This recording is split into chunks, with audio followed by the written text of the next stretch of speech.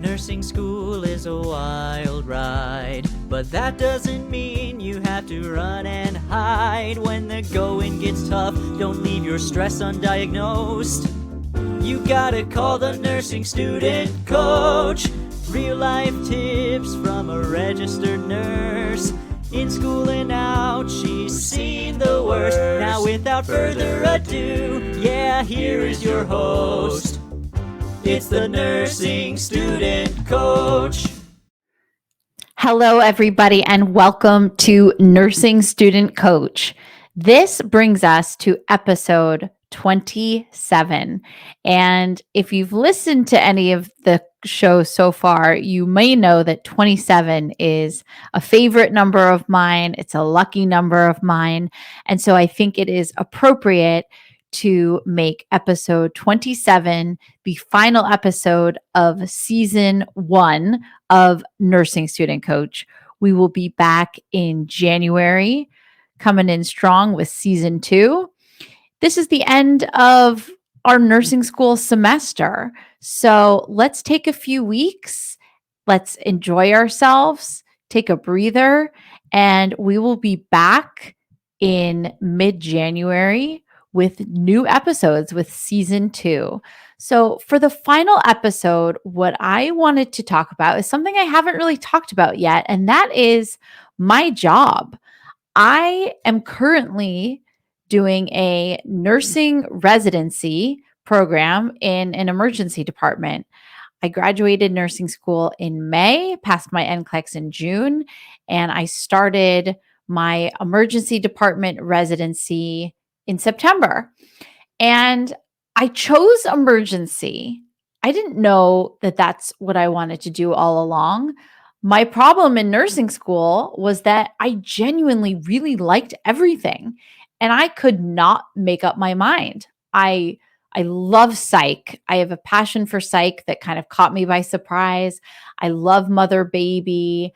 I really wanted to get the foundation of med surg, but every time I thought of leaning in one direction, I just thought, you know what, maybe I'm closing myself off to other learning opportunities.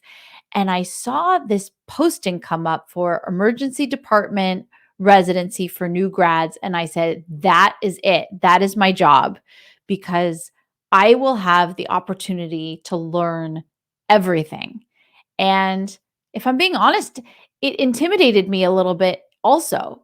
I mean, emergency room sounds scary. And that's another reason why I did it, because I wanted to really do something that was such a challenge.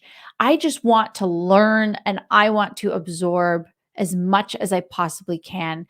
And so I just want to talk about what my experience has been like, share a few stories, and then I want to just talk about what season 2 will be all about. So basically, the emergency department, you will see every age and almost every diagnosis. I mean, just the other day, I'm still precepting. I am on an orientation for 9 months, which is really, really great. If you have an opportunity to do a residency program, you are very supported by the hospital educators. You split your time between working on your unit and doing classes, learning all about it's basically going back to nursing school again, except everything is super, super relevant to your specialty. And you're getting paid, of course, which is, a nice bonus. You're getting paid as an RN from day one, but a lot of the time you're in class or you're in a simulation lab and you're doing mock codes, you're doing, simulation similar to what you would do in nursing school, except it is extremely specific to your specific specialty. So that's one of the things that I really love about emergency is that I'll have one patient in one room who's 95 years old and a 2-month-old baby in the next room. And so you really just have to know everything. So that's why I'm on orientation for so long, because there's a lot to learn. I have friends that are working on other units in different hospitals, and they were off orientation working on their own with 6 patients on by themselves in 8 weeks. So I very, very happy that I feel so supported that I'm doing this nice long residency program. I think there's something to be said about being thrown right into it, and you will learn that way as well. But I definitely feel safer in this environment. I just want to talk about my first day on the unit. So, respecting HIPAA privacy, of course, when I first stepped on the unit and I was just shadowing, just observing this first day, and I literally walked into cardiac arrest code. And unfortunately, this patient did not survive. It was a drug overdose. And despite their best efforts, this man did not survive. So that was literally my introduction to the emergency department, was literally just walking into a code where this patient died. And then several hours later, I was part of the team that did the post-mortem care. So that was very humbling as well. Extubating a patient who has passed on. I had never experienced that before, removing everything and just seeing technically all the things that they have to do was extremely humbling, and I considered it a privilege to be there in those moments. And it was it's the kind of thing where it doesn't hit you until later what you're actually doing. This man had a family, he lived in a whole life. We knew really nothing about him, but we had the privilege and the honor to be with him in those final moments. So that was one introduction that I will never forget. And it kind of hits you on your way home sometimes, the things that you experience, because when you're working in the ED, you're just go, go, go, go, go, go, go. You're so busy. That's one of the things that I really love about it. Another thing that I really love about it is that it's so busy. It's very, very fast paced. Right now, I'm working the day shift as I'm orienting. I'll eventually go to nights, but you will blink and 6 hours have gone by and you haven't eaten and you don't even feel hungry because you're just go, go, go. I really love the pace. That's definitely my speed. And this is a pro and a con, I'd say, about emergency, is that you're only spending a few hours with these patients. So I personally love talking to my patients, getting to know them. And one of the things that I feel is a big honor of working in this department is that I get to be one of the first points of contact when they come in a crisis. So you don't come to the emergency room because you want to. You're not just strolling in for fun. You're there because you're having a crisis, you're having an emergency. It's in the name. So to be that first point of care and to be that comfort for that patient is a big privilege that I don't take lightly, and something that I really love about my job.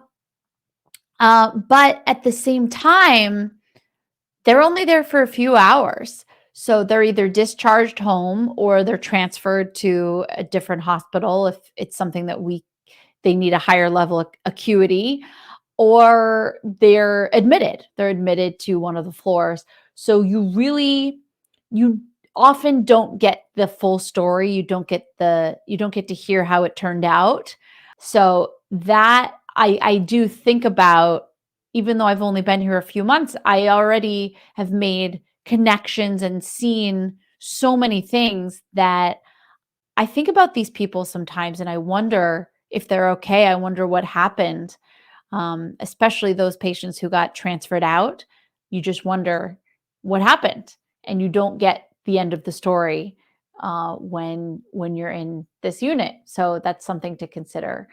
You also really don't get to see the progress of the patient. It's just in and out super quick. And a lot of people really love that because let's say you have a patient who is more challenging, we'll say, personality wise. They're gone in a few hours, but it's hard to, you form a relationship with each patient, but it's short lived. So that can be a challenge. So I want to wrap with a few more stories, a few more quick stories. Then I just want to talk quickly about what season 2 will be all about because I'm really excited about that. So, that day 1 started with this cardiac arrest patient who didn't survive. And I was part of post-mortem care, which is when the patient dies, is preparing the body. And then to close out that day, we had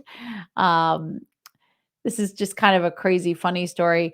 We had a patient who had dementia, and he was moved to the hallway because he just kept getting out of bed, and he was a fall risk, and it was a challenge to constantly keep an eye on him. So he was moved into the hallway, and it was a whole team of us that would just keep reminding him to stay in bed. And he was taking off his clothes. I mean, this poor man just didn't know where he was. He was completely disoriented to, you know, person, place, time, all the things. And eventually he was just naked. And as much as we tried to get him to like cover him, he was just constantly taking off the blanket, taking off the gown. So eventually he was just kind of naked, and we just let it be because he just kept taking everything off. And he didn't know where he was and was getting very agitated. And he stood up, and before we knew it, this man was literally pooping all over the floor. And one person was holding him up, the other person was trying to catch the poop like in wipes. At the same time, we had another patient who was brought in by the police, totally drunk, belligerent, and he had come out of his room literally at the same time and started peeing all over the vital signs machines. So we have one elderly dementia patient taking a poop on the floor with all of us surrounding him so he doesn't slip in it, and this other patient peeing everywhere. So you're trying not to get peed on, you're trying not to get pooped on. And this is literally my introduction to the emergency department. We are all just trying to keep a straight face because it was funny. I mean, it was a crazy situation, but it was also kind of funny. I mean, how can you not laugh at this? Like, the charge nurse was sitting there like trying to put a diaper on this patient who was pooping all over the floor. Everybody else was trying to get this drunk guy back into his room who was peeing everywhere. And oh man, it was just such a wild introduction. And somebody actually called the ED the Wild West, and they said, "Welcome to the Wild West." And the other residents that are in the program with me and we all just kind of walked out that day just a little bewildered, but ready for it. We said, "This is nuts, but we're here for it. We're here to learn," and we're just so excited. So that was sort of my intro to the ED. There's a lot of days that are crazy like that, and there's a lot of days that are just busy. There's a lot of days that are scary when your patients they come in, either they're having an MI or they're having a stroke or something like that, and you have to really prioritize, who do I see first? Of course, you're going to see the more critical patients first, and you can get behind very quickly. And it's a lot of critical thinking and prioritizing. And it's a lot of just remembering what certain conditions are and what labs you're going to be running. And it is such an intensive learning experience. And it is so exciting. And I'm so grateful for this opportunity. And I thought it would be quite appropriate for season 2 to share a patient with you each week. Respecting their privacy, of course, I would like to, each week of season 2, tell you about a patient, and I will give you a diagnosis. We will break it down. What is, the patho behind this diagnosis. What are the labs we're going to run? And what happened maybe in this particular case? And then I will give you at least one NCLEX style practice question with each diagnosis. So that is what I would like to do with season 2. We will be back to kick off the first episode in January, and that is going to be on end stage liver failure and ascites. So I hope that you will tune in then. I thank you all so much for all of the warm, positive vibes for season 1. I am just so proud of all of you future nurses out there. You're going to kill it. You're going to slay it. And I am so glad to be here with you every week on this podcast. Thank you for your ratings and your reviews. We are now at the end of our 27th episode, and I thank you so much for your support. I love you all, and I will see you in January for season 2. Bye-bye. Thanks for tuning in to the Nursing Student Coach Podcast.